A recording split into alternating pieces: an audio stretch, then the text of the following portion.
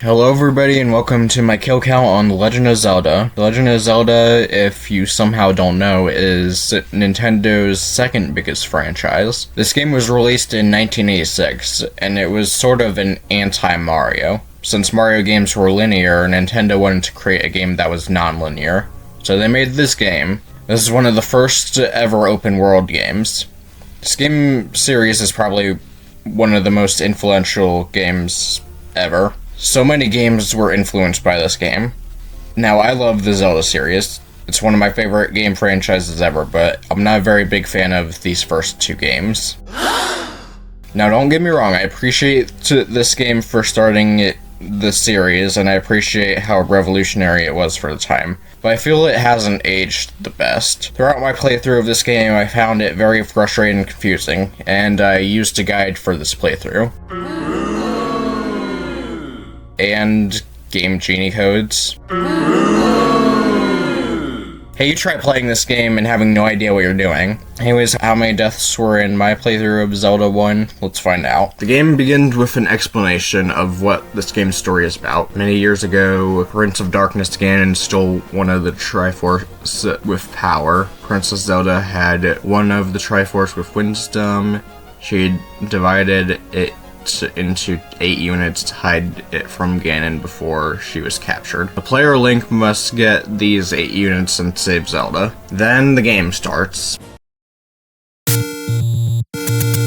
This iconic song that plays in the overworld has a really funny story behind it. So originally the song Bolero, probably mispronouncing it, was planned to be the theme for this game, but they couldn't use it because of copyright, so the composer Koji Kondo spent all night making this song, which does sound like a tiny bit similar to the original song they were planning to use, but very different at the same time. Link immediately goes into this cave, and this old guy gives him a sword. After that, we head over to the first dungeon, and on the way there, Link kills a Tektite and 10 Octoroks. Yeah, this game's enemies have some weird names. The snakes are called ropes, and the bats are called keys for some reason. I don't know why the enemies are called these things, but whatever, it's fine. By the way, I'm not counting these skeletons. I know I counted skeleton fish in my Mario Land kill count, but I changed my mind. Anyway, this dungeon, not counting the skeletons, Link kills 12 keys, 8 gels, and 6 Gorias. At the end of the dungeon, Link has to fight this evil unicorn, which apparently is called an Aquamentus. Probably mispronouncing that. I'm just gonna call it an evil unicorn. Anyways, Link kills the evil unicorn and gets a piece of the Triforce. Just so you guys know, for my playthrough of this game, I just went dungeon to dungeon. I didn't really explore that much. To be fair, that could be why I had such a frustrating experience with this game, since you're, supposed to be exploring and stuff. I guess that's the way I get for not playing how Nintendo intended. On his way to the second dungeon, Link kills 3 levers, 8 moblins, and 6 Octoroks. I was debating whether or not to count the levers or not, because I originally thought they were robots, but no, they're actually plant-like monsters. So Link gets to the second dungeon, kills 9 Gorias, a Moldorm, and 22 ropes, aka snakes. This dungeon really likes its ropes. Anyways, Link kills the boss Dodongo by making him eat bombs, and gets another piece of the Triforce. Once again, Link heads over to the next dungeon and kills 24 Octoroks, 6 Moblins, and 4 Tektites. And this next dungeon is where I decided to cheat. Hey, these Dark Nuts are a huge pain in the ass to deal with. I know that Miyamoto likes these Dark Nuts due to them being technically revolutionary for the time, but I hate them because they're super annoying. Also, this dungeon has these enemies called Zols, which, when killed with the wooden sword, it split into 2 gels. So how do I count this? So what I'm gonna do is count the Zols as its own thing, and then count the gels as their own thing. So in this dungeon, Link kills 25 Zols, 11 Dark Nuts, 29 Keys, and 51 gels. Yeah, this dungeon has a lot of enemies. Also, this dungeon is shaped like this. Don't worry, it's not what you think. It's supposed to be the Buddhist symbol for good fortune, not, you know. So Link gets to the boss Manhandla, yes, that is in fact his name, and defeats him. For Manhandla, I decided to count him as 4 separate kills since he has 4 heads. After this, Link gets another piece of the Triforce and heads over to the next dungeon, but not without killing 5 Octoroks. In this dungeon, Link kills 24 Keys and 9 Vires. Then Link leaves the dungeon because I forgot to buy the candle. So Link goes to the shop and buys the candle. While he's in the overworld, he kills 3 more Octoroks. Link goes back to the dungeon and kills 25 Vires, 7 Zols, 11 Gels, 2 Likes, another Manhandla, which counts as 4 separate kills, and a whopping 70 Keys. This is mostly due to the Vire enemies, which explode into these red keys when killed. So, the boss in this dungeon is this 2-headed dragon called a Gleeok. And just like Manhandla, I'm gonna count King Ghidorah's little cousin as 2 separate kills, since he has 2 heads. Anyways, Link kills the Gleeok and gets another piece of the Triforce. After this, Link decides to go to Death Mountain and gets the White Sword. And on his way, he kills 8 Octoroks and 7 Levers. Hey everyone, from this point on, I'm going to be using footage from the Zelda Masters playthrough of this game, because for some reason CapCut doesn't like my playthrough of it. It won't stop lagging, and it's getting really frustrating to edit this video. Don't worry, the kill count will still be accurate. I'm just using the Zelda Masters playthrough just to, like, represent my footage, since my footage won't work for some reason. But anyways, shout out to him, enjoy the rest of the video. And then he gets the White Sword, which is not the Master Sword. The Master Sword doesn't come into the series till Link to the Past. After this, Link heads over to the 5th dungeon, and in this dungeon we see a new enemy called Pole's Voices.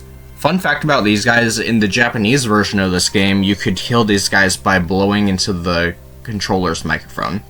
Yes, the Famicom controller had a microphone. The NES obviously doesn't have a microphone, so you need to kill them the old-fashioned way. I kind of wish that they made it so you could kill them with a flute, just to keep that, you know, kind of theme of them not liking loud noises. Anyways, in this dungeon, I was only able to count 12 Pole Voices, 21 Gibdos, 5 Zols, 3 Dark Nuts, and 2 Keys as being killed. I know that I killed more enemies than this, but with this footage, I can't really tell.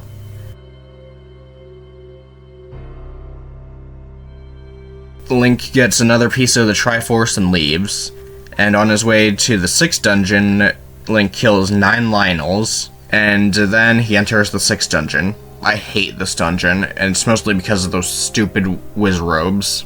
At the beginning of this dungeon, Link kills 17 Wizzrobes, 5 Zols, 8 Keys, and 2 Likes.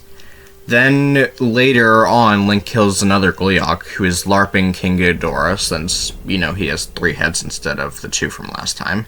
And on his way to the main boss, Link kills 8 Zols, 4 Likes, 7 Wizzrobes, 20 Keys, and 8 Vires. Then Link gets to the boss named Goma, and I realized that I forgot to buy arrows, which is the only way to kill him. This is my biggest issue with this game. It's basically impossible to beat this game without knowing anything. I know that this game was meant to be played with the Nintendo Power magazine, but that's still ridiculous. The only clues in this game are cryptic crap that's said by the old man. It's just very frustrating. So Link gets out of the dungeon, kills 4 moblins and 6 Octoroks, gets the arrows, heads back, kills 8 Octoroks, 5 moblins, 3 Levers, and 2 Lionels, and then gets back to the dungeon. Then he kills Goma, and gets another piece of the Triforce. Then he goes to the 7th dungeon. After killing these 3 moblins, Link gets to the 7th dungeon, which you need to go in by using the whistle in this specific area. These last few dungeons suck. Not only are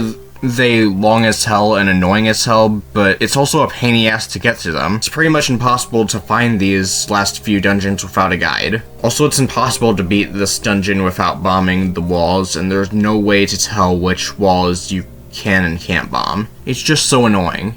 Rant over. So in this first part of the dungeon, Link kills 2 Moldorms, 11 Keys, 26 Gorias, and 4 Digdoggers. Then Link reaches this room with this Goria blocking the door, and just saying grumble grumble.